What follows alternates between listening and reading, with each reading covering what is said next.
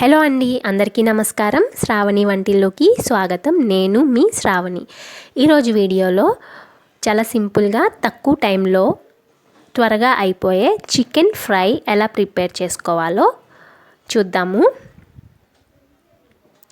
So మరి late చేయకుండా చకచక ఈ ఫ్రై ఎలా ప్రిపేర్ చేసుకోవాలో చూసేయండి.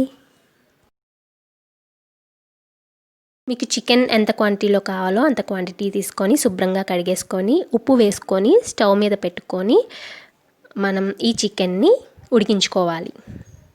కంపల్సరీగా మీడియం ఫ్లేమ్లో పెట్టే ఉడికించుకోండి. మనకి కాసేపు అయ్యాక చికెన్లో నుంచి వాటర్ అనేవి వస్తాయి. మూత ఏమీ పెట్టుకోవద్దండి. మూత పెట్టుకోకుండా ఉడికించుకోండి. ఒక 10 నిమిషాల వరకు ఉడికించుకుంటే మనకి చికెన్ ముక్క అనేది మెత్తబడుతుందన్నమాట. చూడండి, ఇట్లా మనం వేలతో తుంచంగానే తునిగిపోతుందన్నమాట. అప్పుడు మీకు చికెన్లో వాటర్ ఉన్నా కూడా ఆఫ్ చేసేసుకొని చికెన్ పీసెస్ని పక్కన పెట్టుకోండి. ఇప్పుడు పొయ్యి మీద బాండి పెట్టుకొని అందులో 1/2 లేదా 1 కప్ మీ చికెన్ పీసెస్ని బట్టి ఆయిల్ని యాడ్ చేసుకోండి. ఫ్రై కదా, మనకి ఆయిల్ అనేది కొంచెం ఎక్కువే పడుతుంది.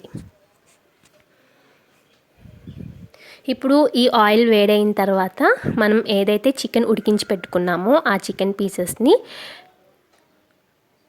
వేసుకోండి.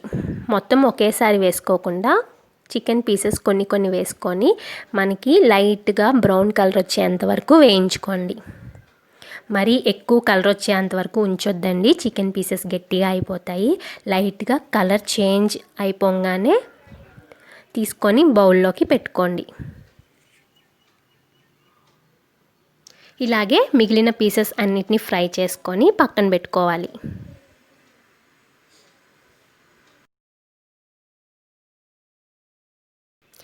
ఇప్పుడు అదే బాండీలో ఆయిల్ ఏమి యాడ్ చేయని అవసరం లేదు. మనం తీసుకున్న ఆయిల్ సరిపోతుందన్నమాట.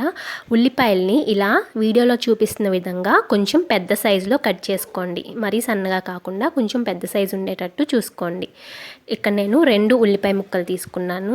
2 ఉల్లిపాయలు తీసుకొని ముక్కలుగా కట్ చేసి అందులో పచ్చిమిరపకాయలు కూడా చీలిక కట్ చేసి వేసుకున్నాను.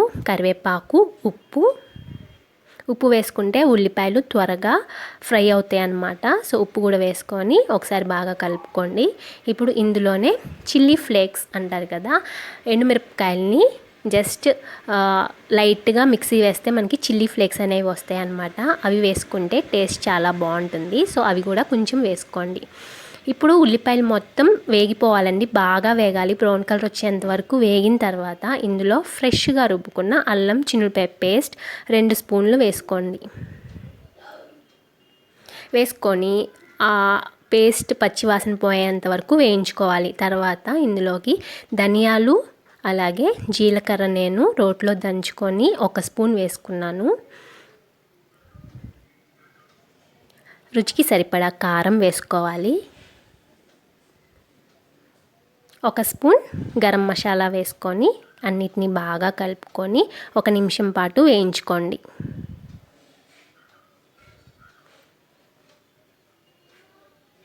ఇందాక పసుపు వేయడం మర్చిపోయాను. పసుపు కూడా 1/2 టీ స్పూన్ వేసుకొని వేయించుకోండి. మన ఈ మసాలాలన్నీ బాగా వేగిపోయిన తర్వాత ఇందులోకి మనం ఏదైతే ఉడికించి ఫ్రై చేసి పెట్టుకున్న చికెన్ పీసెస్ని వేసుకోండి.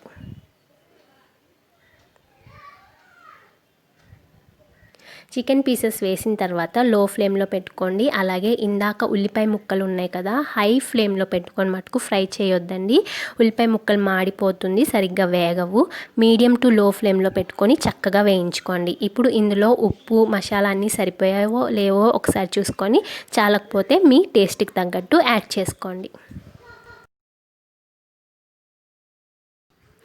చివరిగా అరచక్క నిమ్మకాయని పిండుకొని ఒకసారి బాగా కలిపేసుకొని